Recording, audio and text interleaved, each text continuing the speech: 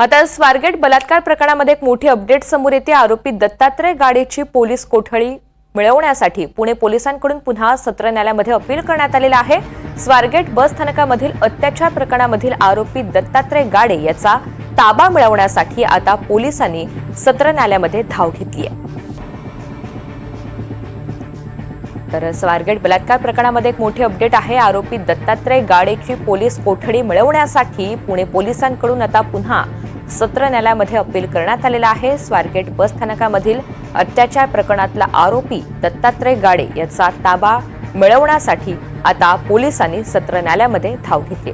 अधिकची माहिती देण्यासाठी रेवती हिंगवे आपल्यासोबत आहेत। रेवती, नक्कीच ऋतुजा, आपल्याला जसं माहिती आहे की स्वारगेट बलात्कार प्रकरणातला जो आरोपी आहे दत्तात्रय गाडे त्याची खरं तर न्यायालयीन कोठडी सध्या चालू आहे, परंतु काही जे मुख्य बाबी आहेत या प्रकरणातल्या त्याचा शोध घेण्यासाठी आणि त्याच्याबद्दल तपासणी करण्यासाठी पोलिसांनी कोर्टाकडे अर्ज केला होता की त्याला पुन्हा एकदा पोलीस कस्टडीत द्यावं। तो फेटाळण्यात आला होता।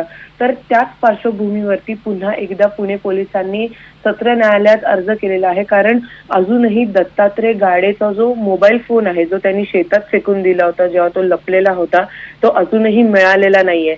आणि जोवर तो मिळत नाही, कारण तो एक ठोस पुरावा आहे, जोवर तो मिळत नाही तोवर अनेक बाबी ज्या आहेत त्या स्पष्ट होणार नाहीत आणि पोलीस कोठडी मिळाल्यानंतर खरं तर अनेक ज्या प्रक्रिया आहेत त्या सोप्या होतील। त्यामुळे पुन्हा एकदा पुणे पोलिसांनी अर्ज केलेला आहे।